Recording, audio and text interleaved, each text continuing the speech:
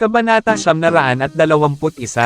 Samantala, sa tirahan ng Deragon, si Riker ay may hindi nababasang ekspresyon bilang siya nakatanggap ng balita tungkol sa tagumpay ni Jared. Tumingin siya kay Godric at nagtanong, Godric, sa tingin mo mananalo ka kung kalabanan mo si Jared? Mag-isa. Saglit na nag-alinlangan si Godric bago umiling. Hindi ako sigurado. Kanina ay walang pagdadalawang isip na titango si Godric.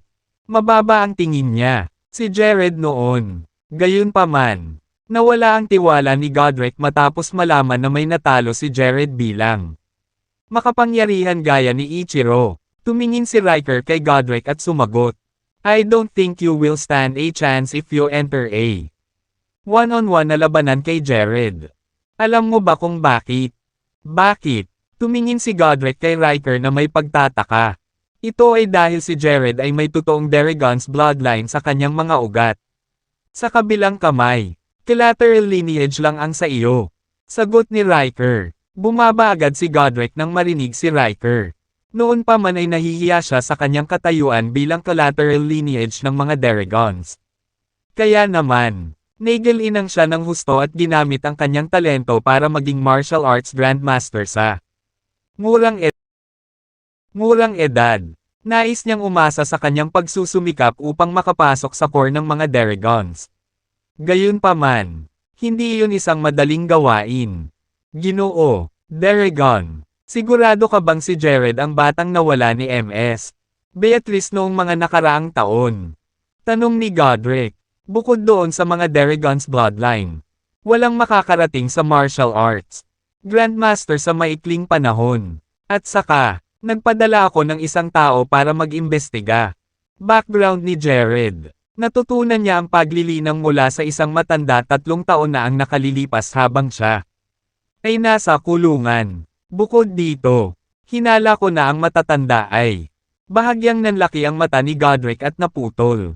Siya kaya si Mr. Draco. Tumango si Riker. Tama iyan. Si Mr. Draco at Rayleigh ay nakatakas mula sa Deragon. Tirahan 3 taon na ang nakakaraan. Hindi pa rin natin alam kung nasaan sila ngayon. Mukhang meron sila. Natagpuan ang anak ni Beatrice. At ang batang iyon ay si Jared. Ginoo, Deragon, ano ang dapat nating gawin? Dapat ba tayong magpadala ng isang tao upang hulihin si Jared? Since we have confirmed Jared's identity, we should capture and bring him here. Godric, iminungkahi. Kung huhulihin natin siya ngayon, it would be like the opposition the officials. Si Jared lang. Natalo si Ichiro at ngayon ay isang bayani. Higit pa rito, ang kaganapan ng koponan ay nasa 3 araw. Huwag. Sa tingin mo, hahabulin tayo ng mga opisyal kung dinukot natin siya ngayon. Sagot ni Riker. Mataimtim. Tila nahihiya si Godric sa kanyang mungkahi at maingat na sinabi. Mr. Deragon, ano, dapat ba nating gawin? Hindi sumagot si Riker kay Godric ngunit nagtanong. Ipinadala kita sa Warriors Alliance para malaman isang bagay. Nahanap mo na ba ang sagot? Alam mo ba kung saan sila magdaraos ng trial na ito? Taon. Ginoo. Deragon. Kahit ang Warriors Alliance ay hindi nakatanggap ng kumpirmasyon tungkol sa trials. Lokasyon. Hindi na pag-usapan ng mga nakatataas ang bagay na ito sa kanila. Gayunpaman, Presidente, sinabi ni Ziegler na ipaalam niya kaagad sa amin kapag inihayag ng mga nakatataas ang lokasyon. Pero pakiramdam ko malapit na. Dapat nating ipaalam kay Mr. Edgar na magmadaling umuwi. Sagot agad ni Godric. Hindi na babalik si Edgar ngayong taon. Sa makatuwid, pinahihintulutan kitang dumalo sa pagsubok.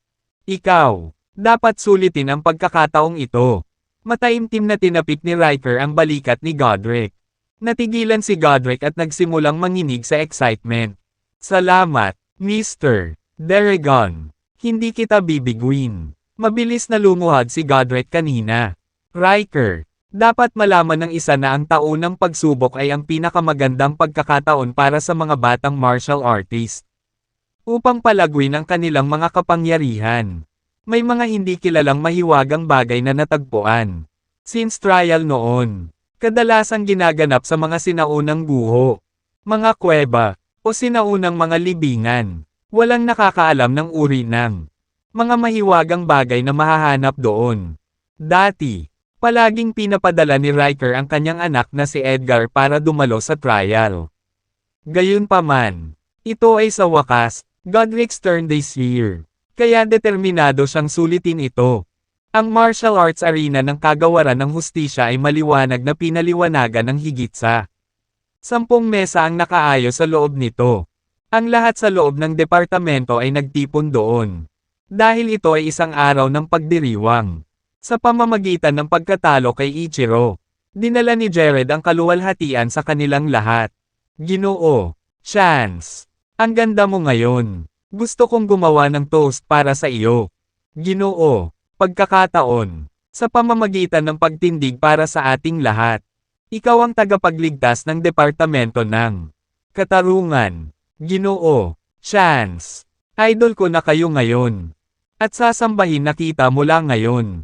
Isa-isang dumating ang mga miyembro ng Department of Justice para mag-alok ng toast kay Jared. Matapos tanggapin ang bawat isa sa mga toast ng maganda, natapos niya ang pag-inom ng isang buo bar aisles ng beer. Huwag kang uminom ng marami. May pag-aalalang payo ni Lyanna nang makita ang dami nito. Alak ay bumababa si Jared. Huwag kang mag-alala, hinding-hindi ako maglalasing. Dahil naabot niya ang transcendence phase. Ang kanyang pagpapaubaya sa alkohol ay napakataas. Nakangiting komento ni Anne, na nakaupo sa tapat ni Jared. Jared, girlfriend mo, sobrang nag-aalala sa'yo. Dahil ito ay isang kaganapan na inorganisa ng kagawaran ng hustisya. Nag-imbite rin si Theodore. Mga kinatawan mula sa Senador Erest. Dahil sila ay may mabuting pakikitungo sa isa't isa. Ito ay napakagandang pagkakataon para magka-bonding. Prinsesa Anne, mali ang pagkakaintindi mo. We're nothing more than friends. Jared, ipinaliwanag. Hindi ganoon ang tingin sa akin. Ang tingin na ibinabato sa iyo ni MS. Lyanna ay isa na.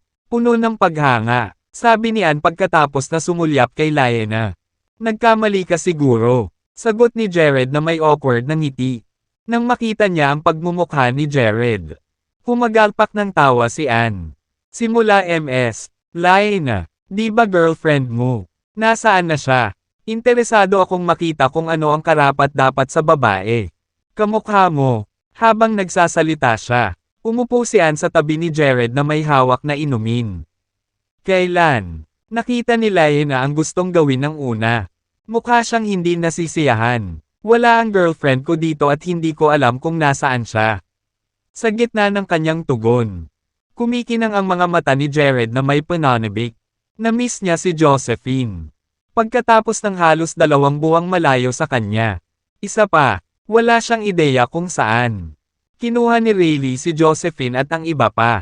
Paanong hindi mo alam kung nasaan ang girlfriend mo? Grabe ka talaga boyfriend.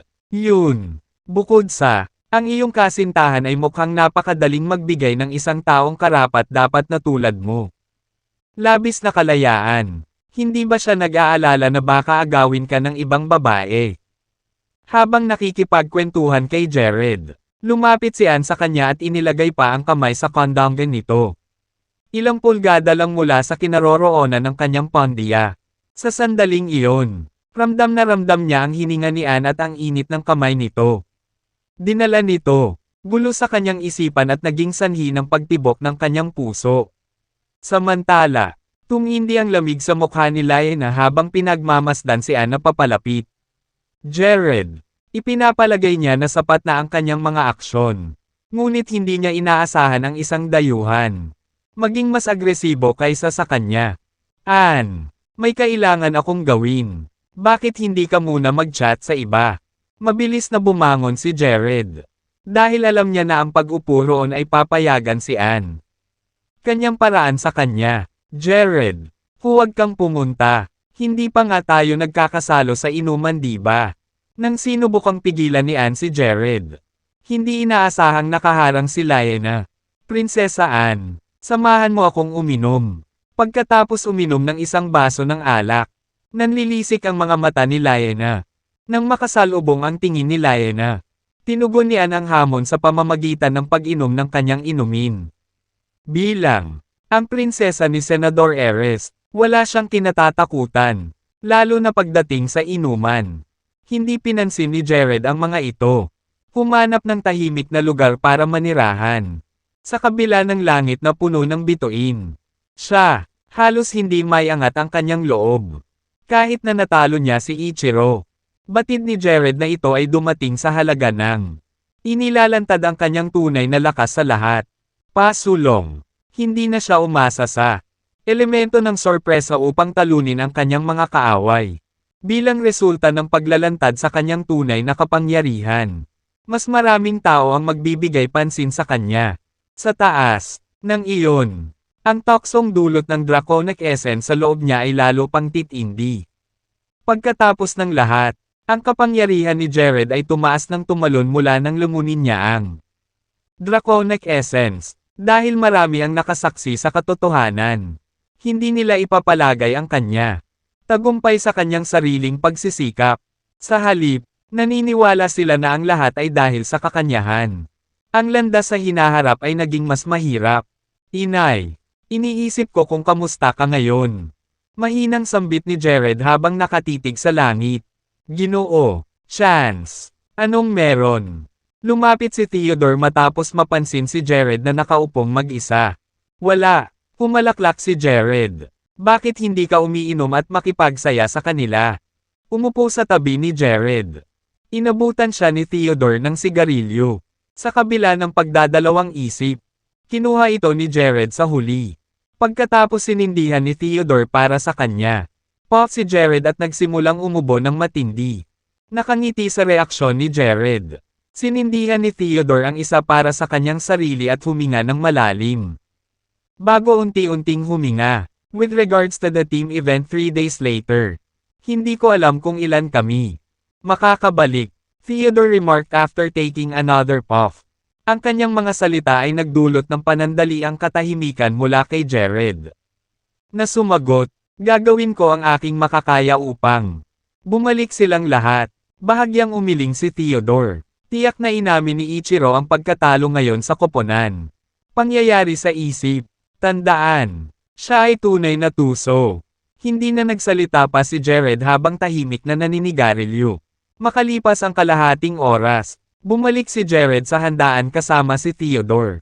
Ayan siya. Natagpo ang parehong knockout sina Liana at Ann pagkatapos ng maraming round ng inuman. Naputol ang isang walang magawang ngiti. Wala siyang nagawa kundi ang umalis kasama si Liana. Samantala, sa loob ng isang hotel malapit sa Department of Justice, pinanood ni Ichiro ang kagalakan. Pagdiriwang na may malungkot na ekspresyon. Ginoo, Watanabe. Nakatanggap kami ng mensahe mula sa bahay na nag-utos sa amin. Ipaliwanag ang nangyari ngayon. Ano ang dapat kong sabihin sa kanila? Lumapit ang isang lalaking nakasuot. Siya ang pinuno ng mga kinatawan mula sa Jethro Ina. Kahit noon pa man, hindi siya nang ahas na bastyusin si Ichiro sa anumang paraan. Bagamat natalo si Ichiro at inamin ang kanyang pagkatalo sa kanyang mga tuhod. Walang nang ahas na kutsain. Kanya para dito. Bumalik sa Jethro Ina. Ang pamilya Watanabe ay napaka-impluwensyang maging ang maharlikang pamilya. Binigyan sila ng nararapat na paggalang. Ano bang dapat ipaliwanag? Ipaliwanag kung paano tayo natalo. Sabihin mo na lang sa kanila na kusa akong natalo kaya. Na walang sino man sa mga miyembro ng koponan ni Chania ang aalis ng buhay sa kaganapan ng pangkat. Ichiro. Malamig na deklara habang nakatitig sa pinuno. Lahat tama. Naiintindihan ko. Tumango ang pinuno bago tumalikod para umalis. Maghintay. Bigla siyang tinawag ni Ichiro. Inihanda mo ba ang bagay na hiniling ko sa iyo? Natarante sa tanong. Awkward na sumagot ang pinuno. Mr. Watanabe, nasa Chania kami. Kung tutuusin. Kung mahuli tayong naghahanda ng bagay na hiniling mo sa akin. Lahat tayo ay mapapapatay. Dito, sumimangot si Ichiro. Sinasabi mo ba sa akin na wala ka nito? Ako, natigilan ang pinuno sa kanyang mga salita at hindi alam kung ano ang sasabihin. Sampal. Biglang sinampal ni Ichiro ang pinuno sa mukha. Kung hindi mo ihanda, gagawa ako. Siguradong hindi ka aalis ng buhay sa lugar na ito. Dahil sa takot sa pananakot. Yumuko ang pinuno bilang paghingi ng tawad. Ginoo, Watanabe. Ito ay aking pagkakamali. Ihahanda ko ito kaagad. Pagkaalis ng pinuno, pinagpatuloy ni Ichiro ang panunood sa maliwanag na gusali ng departamento. Ng hustisya na may nakamamatay na kislap sa kanyang mata. Kinabukasan, nagtungo si Jared sa Shadow Estate. Hindi na niya nakita ang Leviathan mula noon. Nilunok niya ang pampabata na tableta. Kaya, hindi niya alam kung paano gumaling ang huli. Ay sumama, maliban sa pagsuri sa Leviathan. May isa pang layunin si Jared. Gusto niyang itanong, Leviathan kung may ideya ang huli kung paano mahukay ang sinaunang libingan na mayroon siya. Natuklasan. Walang paraan na mahukay ito ng mag-isa ni Jared. Lalo pa itong gawin ng walang nakakaalam. Dahil matagal nang naitatag ang Shadow Estate. Gusto ni Jared humingi ng opinyon ni Leviathan sa bagay na ito. Ginoo, pagkakataon. Sa pagdating ni Jared, personal siyang binati ni Leviathan sa pamamagitan ng pagpapatirapos sa paanang dating. Gayunpaman, nahawakan siya ni Jared at mabilis siyang tinulungang makatayo. Anong nararamdaman mo ngayon? Tanong ni Jared. Ginoo, pagkakataon. Ganap na akong nakabawi at nakabalik na ako sa rurok ng aking kapangyarihan ng wala. Permanenteng epekto. Lahat ng ito ay salamat sa pampabata na tableta na ibinigay mo sa akin. Gayun din, sinabi na sa akin ni Cole ang lahat. Sagot ni Leviathan. Natutuwa akong marinig iyan. Ang dahilan kung bakit ako dumating ay kailangan ko ang iyong payo sa isang bagay. Diretso sa punto si Jared. Sa loob tayo mag-usap. Inakay ni Leviathan si Jared papasok sa bahay. Matapos mapaalis ang mga tagapaglingkod. Sina Jared at Leviathan na lamang ang natitira sa silid. Panginoon, gusto mo bang tanungin ako tungkol kay Ichiro? Balita ko tinalo mo siya sa kompetisyon ngayon. Tanong ni Leviathan. Umiling si Jared bago sinabi kay Leviathan ang tungkol sa sinaunang libingan na natuklasan niya. Nagbibigay ng gulat sa huli. Pagkatapos ng lahat, maraming mga espesyalista ang naghanap sa labas ng Jadeboro ngunit hindi natagpuan. Ano mang sinaunang libingan, pabayaan ng isang imperial na mausoleum. Higit pa rito, kung mayroon talagang isang sinaunang libingan sa malapit, ang sikat na pamilya ng pagnanakaw ng libingan, ang Henkels, ay magkakaroon. Nalaman na ang tungkol dito. Panginoon ko, sigurado ka ba na ito ay isang sinaunang libingan? Muling kinumpirma ni Leviathan. Walang duda. Tumango si Jared. Pagkatapos mahulog sa malalim na pag-iisip, sumagot si Leviathan na may awkward na ekspresyon.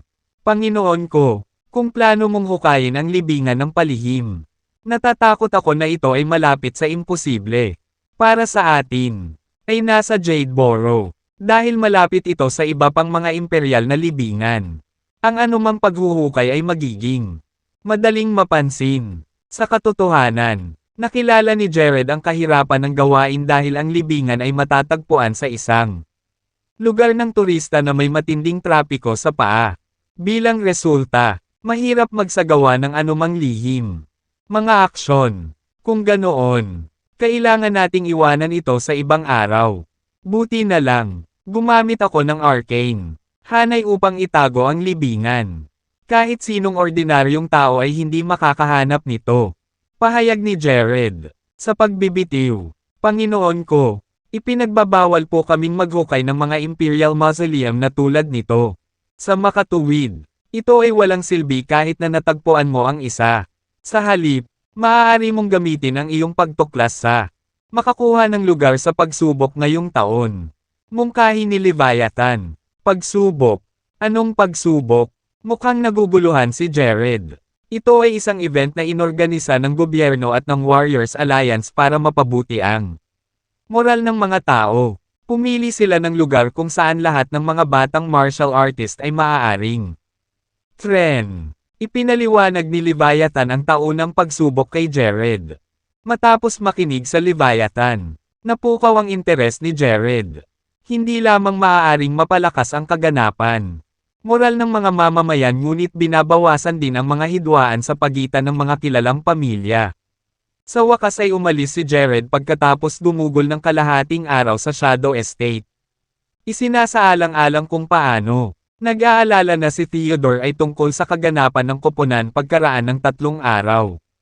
Itinuon ni Jared ang kanyang oras sa paggaling upang siya ay nasa kanyang pinakamataas na kalagayan at mapanatili ang mga miyembro ng Department of Justice na ligtas sa anumang pinsala. Dahil marami sa kanila ang dumaan. Kapal at payat kay Theodore. Natural na nag-aalala siya sa kanilang kaligtasan. Lumipas ang 3 araw sa isang kisap mata. Sa isang partikular na daungan. Isang malaking pulutong ang nagtipon upang panoorin ang mga kalahok na sumakay sa barko. Samantala, maraming iba pang mga koponan ang huminto sa kompetisyon. Dahil dito, 3 koponan lamang nanatili para sa kaganapan ng pangkat. Sila ay sina Chania, Senador Eres, at Jethro Ina. Samantala, lahat ng miyembro ng Department of Justice ay nakahanda. Hawak, armas sa kanilang mga kamay. Lahat sila ay nasa mataas na espiritu. Ang katotohanan na si Jared ay kanila. Pinuno sila ng kumpiyansa. Nang makita niya kung paano nakangiti ang kanyang mga tauhan at nakakaramdam ng kasiyahan. Naramdaman ni Theodore ang isang hindi maipaliwanag na sensasyon sa kanyang puso. Kilalang kilala niya ang mga Jetroinians. Sila ay malupit at walang pakialam sa mga tuntunin. Sa katunayan, halos walang katauhan sa kanila. Dahil dito, kailangan nilang magkaroon ng isang bagay sa kanilang mangga sa sandaling sila ay nagmungkahi. Ang kaganapan ng pangkat, General Jackson. Huwag kang mag-alala, sisiguraduhin kong babalik silang lahat ng buhay. Jared, panatag ni Theodore nang makita kung gaano siya nag-aalala. Ang aming pag-asa ay inilagay na ngayon sa iyong mga kamay. Iyon lang ang magagawa ni Theodore. Ngayon, General, kasama si Mr. Chan sa panig namin. Siguradong mananalo kami. Kumpiyansa na pahayag ni Shane. Sapagkat nakita nilang lahat ang lawak ng kapangyarihan ni Jared. Dahil natalo na rin niya si Ichiro. Sigurado ang lahat na sila ang mananalo. Ang kaganapan ng pangkat, gayunpaman. Hindi nagkomento si Theodore dahil hindi siya optimistiko gaya ng iba. Para hindi ma-demoralize ang kanyang mga tauhan. Pinili niyang manahimik sa halip. Jared, sabay na tayo. Sa sandaling iyon, pinangunahan ni Andrew ang kanyang mga tauhan. Dahil balak niyang maglayag doon kasama si Jared. Prinsesa Anne, naguguluhan si Theodore kung bakit pinangunahan ni Andrew ang kanyang mga tauhan at gustong sumama sa paglalakbay. Jared, dahil sa team event iyon. Sila raw ang kalaban. Isa't isa, General Jackson. Inutusan ko si Andrew na huwag makipagkompetensya sa iyo. Lahat ng hinahanap namin ay makipag-alyansa sa iyo upang lipulin ang mga Jetroinian sa isla upang hindi na sila maging makakabalik. Paliwanag ni Anne kay Theodore. Natigilan si Theodore. Prinsesa Anne, hindi ba labag ito sa mga patakaran? Bakit naman? Kapag nasa isla na kami, walang mag-aalaga sa mga patakaran. Ngayon pa, sa tingin mo ba mananatili sa kanila ang mga Jetroinians? Pasiga na tanong ni Anne. Ngumiti si Theodore bilang pagbibitiw. Dahil alam na alam niya kung gaano kawalang dangal ang mga Jetroinians. Sa katunayan, ang huli ay maaaring naglagay pa ng mga bitag at naghihintay na lamang sa kanilang hakbang. Ngayong nagpasya na si Andrew na labanan si Ichiro kasama sila. Naramdaman ni Theodore ang isang makabuluhang pakiramdam ng kaluwagan. Habang pumutok ang busina ng cruise ship, sumakay ang 3 team at tumulak patungo sa maliit isla. Kahit na maraming hindi kilalang panganib sa isla. Dinadala ng bawat kalahok, isang GPS tracker at isang aparatong pangkomunikasyon. Anumang sandali ay hindi nila magawa. Magpatuloy. Maaari nilang itigil ito at may darating para kunin sila. Sakay ng barko. Si Jared at ang kanyang mga tauhan ay magiliw na nakipag-chat kay Andrew at sa kanyang pangkat. Tanging Si Ichiro at ang grupo niya ay tahimik na nakaupo sa gilid. Samantala, isang mandirigma na may hawak na talam at nakasuot ng samurai gear ang lumapit kay Ichiro. At mahinang nagtanong, "Sir, mukhang nagkaroon ng alyansa sina Chania at Senador Erest. Sa ganyan, kaso, hindi ba tayo magiging dehado kapag nakikipaglaban sa dalawang team?" Sa pagmamasid kung paano nag-usap sina Jared at Andrew sa isa't isa. Hindi nakaramdam ng kaba si Ichiro. Sa lahat, sa halip, isang mapanlinlang na kislap ang sumilay sa kanyang mata. Dahil balak nilang magtulungan. Hayaan mo na lang sila.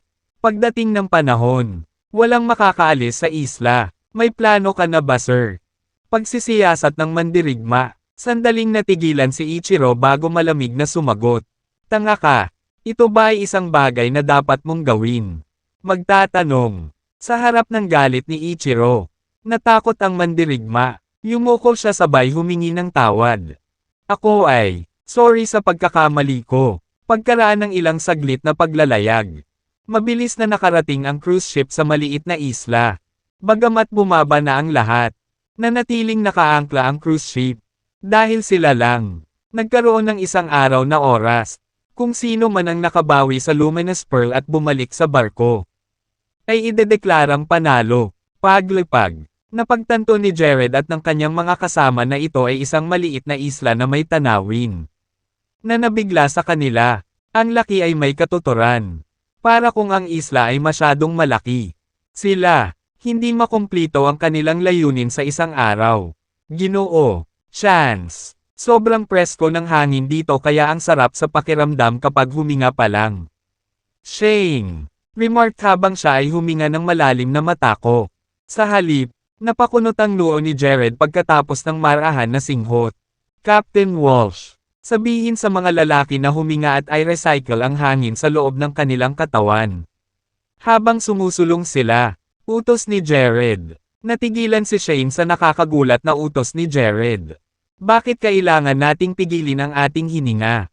Sa gitna ng napakasarap na hangin.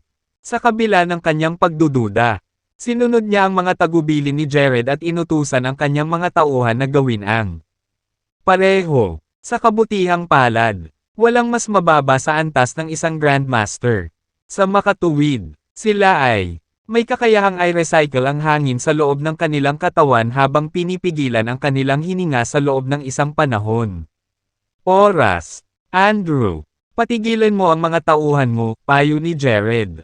Jared, anong nangyayari? May napansin ka ba? Nagtatanong na tanong ni Andrew. I can feel na may mali sa hangin na parang may pinakialaman. Paliwanag ni Jared na nakakunot ang noo. Pinakialaman. Sandaling nagulat si Andrew bago ngumiti. Jared, ikaw, pagiging sobrang maingat. Dahil sa laki ng isla, imposibleng maging hangin. Pinakialaman. Hindi naniwala si Andrew kay Jared. Walang sino man ang may kakayahang makialam sa hangin sa buong isla. Ito kahit na maaari. Dahil hindi siya pinaniwalaan ni Andrew. Hindi na pinilit ni Jared ang issue. Sa halip, nagpatuloy siya. Maingat na subaybayan ang hangin sa isla. Samantala, si Ichiro at ang kanyang mga tauhan ay mabilis na nagmarcha patungo sa gitna ng isla. Sandaling bumaba sila. Ngayong nahuli na si Jared at ang kanyang pangkat. Sinamantala nila ang pagkakataong umaban.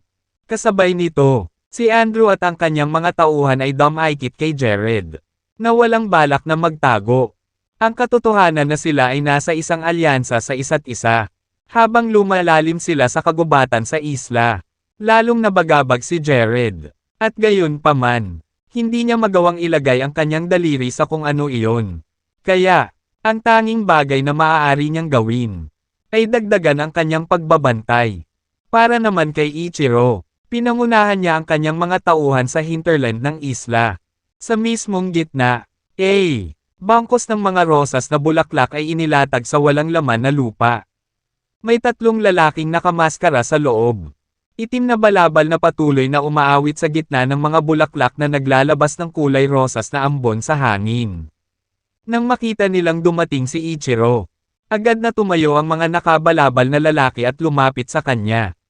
Ginoo, Watanabe, ano ang pag-unlad? Nailabas mo na ba ang pollen ng pulang spider lilies sa buong isla? Tanong ni Ichiro sa tatlong lalaking nakamaskara. Ginoo, Watanabe, napuno nga natin ng pollen ang isla. Gayunpaman, upang hindi pukawin ang kanilang mga hinala, naglabas kami ng mas mababang konsentrasyon nito sa mga gilid ng isla. Sagot ng isa sa mga nakabalabal na lalaki. Napakagaling. Malaki ang gagantimpalaan mo kapag nakabalik na tayo. Tumanggaw si Ichiro bilang kasiyahan. Salamat, Mr. Watanabe. Ang tatlong lalaking nakabalabal ay masayang lumuhad sa lupa. Tungkol naman sa mga mandirigmang dala ni Ichiro. Awkward ang naging reaksyon nila nang malaman iyon. Inilabas ni Ichiro ang pollen ng pulang spider lily sa buong isla. Pagkatapos ng lahat, ang pollen ay lubhang nakakalason. Sila ay may kakayahang magdulot, guni-guni at nagtutulak sa kanilang mga biktima sa pagkabaliw. Dahil hindi ipinaalam ni Ichiro sa kanila ang kanyang plano ng maaga. Lahat sila ay nagkaroon. Hindi sinasadyang huminga sa pollen. Nang makita niya ang mga mukha ng kanyang mga nasasakupan, napangiti si Ichiro. Mayroon akong antidote dito. Kaya naman, hindi mahalaga kung gaano karami ang natanggap mo. Habang nagsasalita siya, binato ni Ichiro ng isang bangkos ng puting pulbos ang kanyang mga tauhan. Sa isang kisap mata, lahat ng iyon ay hininga sa tiyan ng kanyang mga mandirigma. Samantala, unti-unting tumuloy si Jared sa gitna ng isla kasama ang kanyang koponan. Sa lalong madaling panahon, grupo ng mga lalaki ang lumitaw na hamarang sa kanilang daan. Nang makita sila ni Jared, nagulat siya sa katotohanang si Ichiro at ang kanyang team. Hindi ba dapat sila ay patungo sa gitna ng isla upang hanapin ang bolang kristal? Bakit ang mga dito ba sila humahadlang sa atin? Nang makita si Ichiro, sumugod si Andrew at nagtanong. Ichiro, ano ka? Gusto? Hindi ba obvious? Ang ekspresyon ni Ichiro ay napuno ng pagkamayabang habang ang isang nakamamatay na kislap ay kumislap sa kanyang mga mata. Nang maramdaman ang umaapaw na hangarin ni Ichiro sa pagpatay, napakunot ang noo ni Jared. Dahil ikaw ay hindi sa iyong paraan upang kunin ang luminous pearl. Dapat ay narito ka upang pigilan kami. Sa impyerno kasama ang perlas. Ang pagpatay sa iyo ay pantay na makakatiyak sa ating tagumpay. Huwag mong isipin na gagawin ko. Magpasakop sa iyo dahil lang natalo mo ako sa arena. Pinaikit ni Ichiro ang kanyang aura na pinapalabas niya. Bilang tugon, naglabas ng sariling aura si Jared para salubungin ito. Samantala, naglabas ng kanilang mga armas ang mga miyembro ng Department of Justice. Sa hudyat ni Andrew, sumunod ang kanyang mga tauhan. Ichiro, sa tingin mo ba matatalo ng isang taunan na tulad mo ang pinagsamang lakas nating dalawa? Mga team, ngumisi si Andrew. Haha, mga tanga, hindi ko kailangang magtaas ng daliri para patayin ka. Sa katunayan, ang kailangan ko lang gawin ay ipapatay nyo ang isa't isa. Habang nagsasalita siya, nagsimulang kumanta ang tatlong lalaking nakabalabal na nakatayo sa likod ni Ichiro. Spell. Habang lumalakas ang takbo ng kanilang pag-awit, isang kulay rosas na ambon ang nagsimulang bumalot sa buong isla. Sa isang iglap, nang makita ang ambon, si Jared ay umungal sa takot. Lahat, huminga. Sa sandaling lumabas ang mga salita sa kanyang bibig. Nagsimulang maghiyawan ang mga nasasakupan ni Andrew. Paghihirap, isa-isa silang bumagsak sa lupa at napangiwi sa matinding sakit. Nang makita niya ang nangyayari sa kanyang mga tauhan, napatulala si Andrew. Jared, anong nangyayari? Gulat na tanong niya. Andrew, okay ka lang? Tanong ni Jared nang makitang gumulong-gulong ang mga tauhan ni Andrew. Lupa sa sakit, umiling si Andrew. The very next moment, biglang namula ang mata niya. Habang naglulunsad siya ng suntok sa direksyon ni Jared. Tinamaan sa dibdib ng sorpresang pag-atake. Pinalipad si Jared ng 10-10 metro. Paatras bago bumagsak sa puno. Ginoo, pagkakataon. Ginoo, pagkakataon. Si Shane, kasama ang mga miyembro ng Department of Justice, ay sumugod upang tulungan si Jared na makatayo. Kasunod nito, pinagkunot ni Jared ang kanyang mga kilay kay Andrew, na pagkatapos ay hinawakan ang kanyang sariling ulo, at binasag ito sa isang higanting puno. Arg! Sigaw ni Andrew. Jared, patayin mo ako dali. Hindi ko mapigilan ang sarili ko. Sa huling hiwa ng kanyang makatuwirang pag-iisip, desperadong binawi ni Andrew ang kontrol sa kanya. Katawan. Sa panunood ng eksena, si Ichiro ay humagalpak ng tawa. Hahaha, walang silbi. Kapag ikaw ay nilaso ng pulang spider lily, walang ibang makakapagpagaling sa iyo maliban sa akin. Sa makatuwid, mas mabuting sumuko ka at gawin mo ang lahat ng sasabihin ko. ****starred ka. Nakatitig kay Ichiro. Binato ni Andrew ng suntok ang direksyon ng una. Sa pag-shuffle ng kanyang mga paa, madaling nakailag si Ichiro sa pag-atake. Samantalang ang tatlong lalaking nakamaskara, binilisan nila ang pag-awit. Given kung gaano kalakas, si Andrew ay, kailangan nila ng mas maraming oras upang makakuha ng ganap na kontrol sa kanya. Arg! Dumagundong si Andrew, kahit naramdaman niya ang pagnanasang hampasin muli si Ichiro. Sobrang sakit ng kanyang ulo dahilan para bumagsak siya sa lupa. Habang pinapanood si Andrew na nahihirapan, napangiti si Ichiro. Aking alipin. Inuutusan kita ngayon. Patayin ang lalaking ito sa harapan ko. Parang galing sa kailaliman ng impyerno ang boses ni Ichiro dahilan para matamba si Andrew. Sabay tahimik, sa sumunod na sandali, tumayo ang huli at matamang tinitigan si Jared. Andrew. Nang makita niya ang pagmumukha ni Andrew, napakunot ang noo ni Jared habang mabilis na umatras. Mamatay. Isang malakas na suntok ang pinakawalan ni Andrew kay Jared nang hindi man lang nagpigil.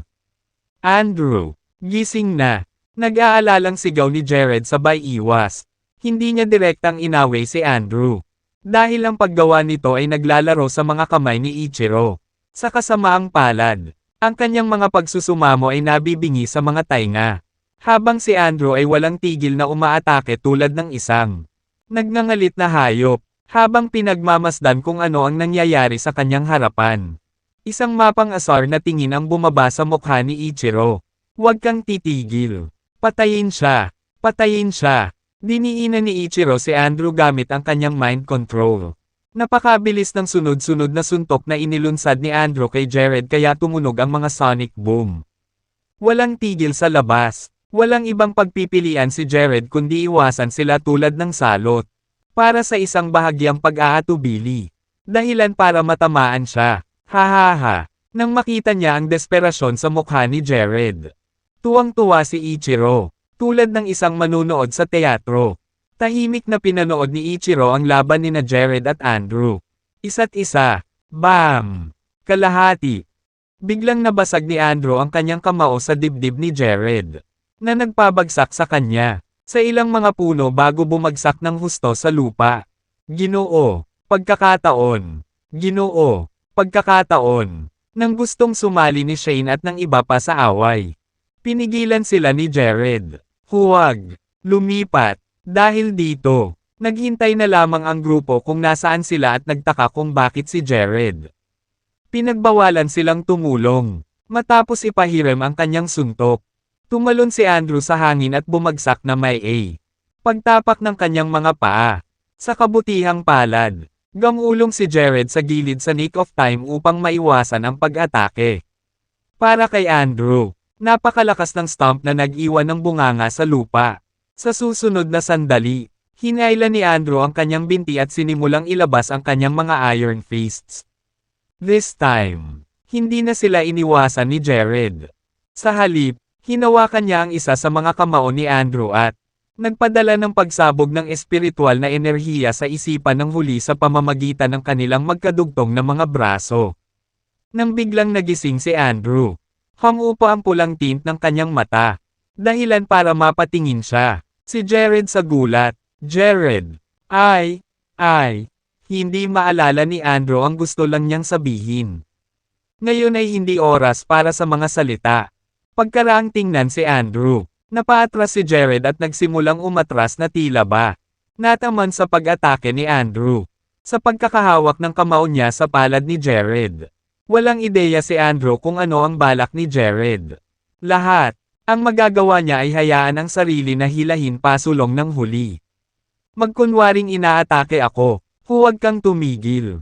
Bulong ni Jared. Bahagyang tumango si Andrew bilang pagsang-ayon. Kahit na wala siyang ideya kung ano ang planong iyon. Ay, pinili niyang sumunod dahil lang sa sinabi ni Jared sa kanya. Habang pareho silang nagpatuloy sa kanilang laban. Ginamit ni Jared ang pagkakataon para ipaliwanag kung ano nangyayari. Nang malaman na siya ay nalasan at kontrolado ang kanyang isip ni Ichiro. Ni Andrew, nag-aapoy ang mga mata sa galit at panghihinayang at the same time. Kung tutuusin, hindi niya pinansin ang kay Jared. Babala nang mapunta sila sa isla kanina, na naging dahilan para mahulog siya sa bitag ni Ichiro. Ano ang susunod nating gagawin? Ichiro is no match for our combined strength.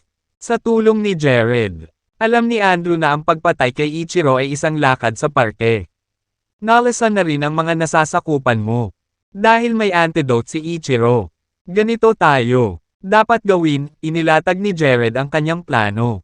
Naningkit ang mga mata ni Andrew sa narinig. Walang pag-aalinlangan. Sumang-ayon siya kay Jared. Andrew, ano bang pinagkakaguluhan mo? Patayin siya. Tumahol si Ichiro nang makita niya. Nakipag-away si Andrew kay Jared. Habang kumukulog si Ichiro, umungol si Jared. Andrew, dahil nasisiraan ka na ng bait, magpatawad. Ako ang gumawa nito. Sa susunod na sandali, isang gintong kulay ang sumili mula sa kamao ni Jared habang inilunsad niya ito kay Andrew. Sa hitsura nito, nawalan na ng pasensya si Jared. Wala na siyang pakialam na si Andrew ay isang Generation. Boom! May dagandong sa background. Pinalipad si Andrew patungo sa kinaroroonan ni Ichiro. Nakatayo, nang makitang tinamaan si Andrew. Sumigaw si Ichiro. Bastos ka, bumangon ka. Hinailan ni Ichiro si Andrew habang patuloy ang pang-iinsulto sa huli. Gayunpaman, sa sandaling tumayo si Andrew. Kumilos siya, inabot ang kamay niya, sa dibdib ni Ichiro. Inilabas niya ang isang bag ng puting pulbos. Natigilan si Ichiro sa biglaang pagkilos ni Andrew. Sa oras na bumalik siya sa kanyang pakiramdam. Pag-atake, kinain niya ang isang sipa na pinakawalan ni Andrew. Dahilan para masure-sure siya ng ilang hakbang pabalik. Kung hindi dahil sa tatlong lalaking nakamaskara. Unang bumagsak si Ichiro sa lupa. Jared, tingnan mo kung ito ang antidote. Tanong ni Andrew habang inaabot ang puting pulbos. Tapos na, matapos sumingot. Tumango si Jared. Bilasan mo. Hayaan mo ang iyong mga nasasakupan na huminga nito. Lahat tama. Nagmamadaling kinuha ni Andrew ang antidote at inihagi sa kanyang mga nasasakupan. Samantala, nagalit si Ichiro sa eksena. Ano ang nangyayari? Hindi ba sa simula pa lang ay nalasan na si Andrew ng pulang spider lily? Bakit siya biglang nagising? Bakit hindi lahat kayo nalasan? Nagsalubong ang kilay ni Ichiro sa pagkalito. Smirking at Ichiro, Jared plainly explained. Nakita ko na ang iyong plot mula pa noong una. Simula, kahit na mababa ang konsentrasyon ng lason. Nagawa ko pa rin itong ma-detect. Kaya naman, inutusan ko ang aking mga tauhan na huminga sa sandaling kami ay lumapag. Tungkol naman kay Andrew, lason. Pinagaling ko na siya. Imposible yan. Ako lang ang may panluna sa lason ng Red Spider Lily. Wala. Paraan na maaari mong iwaksi ito. Hindi ako naniniwala sa'yo. With that, Ichiro roared. Bitawan mo ang lason. At patayin silang lahat. Sa bilin ni Ichiro. Binilisan ng tatlong lalaking nakamaskara ang takbo ng kanilang pag-awit. Na nagiging sanhi ng mga pulang spider lilies na naglalabas ng kulay rosas na ambon na may mas matinding tindi. Bilang tugon, nag-spell si Jared gamit ang kanyang mga kamay at nag-apoy ng dalawang bola ng dancing glow. Apoy sa itaas ng kanyang mga palad. Pagkatapos nito, pareho niyang hinagis ang mga pulang spider lilies. Boom! Sa sandaling hinawakan ng dalawang asul na impyerno ang kulay rosas na ambon. Ito ay sumabog sa isang higanting bola ng apoy. Sinusunog ang mga bulaklak upang maging abo. Sa pagkawasak ng mga pulang spider lilies, nagngangalit si Ichiro dahil ang mga bulaklak ay ang pinakamahalagang kayamanan ng pamilya Watanabe. Given na dinala niya sila doon nang wala kanilang pahintulot, tiyak na mapaparusahan siya sa kanyang pagbabalik. Ngayong nawasak na sila, hindi alam ni Ichiro kung paano ito ipapaliwanag sa kanyang pamilya. Papatayin kita. Umungol si Ichiro habang sinusugod niya si Jared sa isang segundo. Nakakamangha ang bilis. Mukhang tama ako tungkol sa 9 Shadow Clones. Isang ngiti ang sumilay sa mukha ni Jared. Kanina pa niya inisip ang 9 Shadows ni Ichiro nitong mga nakaraang araw. At sa wakas ay nagkaroon na siya ng ilang mga pahiwatig. Thud! Mabilis na dumaan ang figure ni Ichiro at nagpadala ng isang malakas na suntok kay Jared. Gayunpaman, hindi umiwas ang huli at hinayaan ang una na tamaan siya ayon sa gusto niya. Bahagyang nanginginig lang ang katawan ni Jared pero walang kibo. Sa kabaligtaran, naramdaman ni Ichiro ang bahagyang pamamanhid na kumakalat sa kanyang braso habang nakatayo siya. Malayo, nakatitig kay Jared. Totoo, mas mabilis ang iyong bilis. Mas mahina ang iyong kapangyarihan. Nabigo kang gumawa ng A. Magandang balanse sa pagitan ng kapangyarihan at bilis. Ang iyong tinatawag na 9 Shadow Clones ay pawang. Iniiwan mo ang kapangyarihan para sa bilis. Ngayong nakita ko na, sobrang walang kwenta. Pang-iinis ni Jared. Kay Ichiro. Ang Shadow Clone ni Ichiro ay karaniwang sinusubukang magdulot ng ilusyonaryong pagkalito. Ang mga mata ng lahat sa bilis nito. Sa tingin mo ba talaga nalaman mo ang pamamaraan? Sa sinabi nito, inilabas ni Ichiro ang kanyang magaan na espada. Ang katawan nito ay naglalabas ng mahinang kislap, na naging mas malakas sa pag-iniksyon ng martial energy, na nag-iiwan sa sandata na umuugong. Ano ito? Talo ka na. Balak mo pa bang gamitin ang parehong taktika? Ako, sumilay sa mga mata ni Jared ang pag-aalipusta. At sa pag-indayog ng kanyang braso, lumitaw sa kanyang kamay ang Dragon Slayer Sword. Wala kami sa arena ngayon. Nakalimutan mo na may backup ako. Nang matapos ni Ichiro ang kanyang pangungusap, hinubad ng tatlong lalaking nakasuot ng itim ang kanilang itim na damit. Inilalantad ang kanilang gintong baluti, kasama ang mga maskara sa mukha. Magkamukha sila, mga mandirigma, sa ilalim ng mainit na araw. Ang gintong baluti sa kanilang mga katawan ay kumikinang ng masama, na bumubuo. Tatlong kitang-kitang sinag na tumungo sa espada sa hawak ni Ichiro. Ang mga pahiwatig ng nakamamatay na layunin ay naging maliwanag sa sandata bilang mga labanan ng enerhiya. Sumirit mula rito. Naramdaman ang nakamamatay na aura na nakapalibot sa espada ni Ichiro. Ang malalim na hindi mapakali na si Jared ay niniting. Mahigpit ang kanyang mga kilay. Sa pagkakataong ito, matitikman mo ang aking 9 shadows. Pagkatapos lamang sabihin ni Ichiro ang pahayag na iyon. Tumilapon siya sa hangin at iniabot ang kanyang sandata sa isang anggulo, na bumubuo ng isang nakakatakot na sinag na humahantong kay Jared. Isang hindi maipaliwanag na pakiramdam ng panganib ang namumulaklak sa huli. Sabay iwagayway ng lalaki ang Dragon Slayer Sword, na may apoy na umaangat mula sa talam nito. Pasulong. Boom! Boom!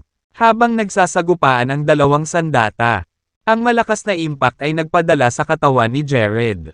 Lumilipad sa himpapawid. At parang may naghagis ng granada sa isla. Isang hukay. Humigit kumulang 10 metro ang lalim ay nalikha mula sa banggaan, na nagresulta sa mga puno sa gumuho ang paligid. J-Jaw? Sumugod si Andrew para tingnan ang kalagayan ni Jared. Tumayo si Jared, at sa kabila ng pagiging miserable at kaawa-awa, hindi siya nasaktan. Hindi ko alam na ganoon katigas ang katawan mo, nang makitang hindi man lang nasugatan si Jared. Si Ichiro ay napatulala. Ichiro, kompetisyon ito. How dare you secretly bring along more help? Ikaw ay paglabag sa mga alituntunin. Galit na saway ni Andrew kay Ichiro. Hahaha, anong mga patakaran? Ako ang mananalo kapag napatay ko kayong lahat. Ang nagwagi ang nagtatakda ng mga patakaran. Isang malakas na tawa ang pinakawalan ni Ichiro. Huwag ka munang masyadong mayabang. Sa pagsasama nating dalawa, wala kang magagawa. May backup. Kasunod ng galit na mga ungol. Unti-unting namamaga ang katawan ni Andrew. At nagsimula ang mga buhok. Lumalaki sa kanya sa napakabilis na bilis. Malapit na siyang mag-transform sa kanyang pinakamainam na battle mode. Sumimangot ang nabuo sa pagitan ng mga kilay ni Ichiro. Kung si Jared at Andrew ay mag-aaway sa akin. Ako, hindi talaga sila kakayanin. Anong ginagawa niyong nakatayo? Gumalaw ka at patayin sila kaagad. Siya, lumingon sa samurai sa likod niya at nag-aalalang utos.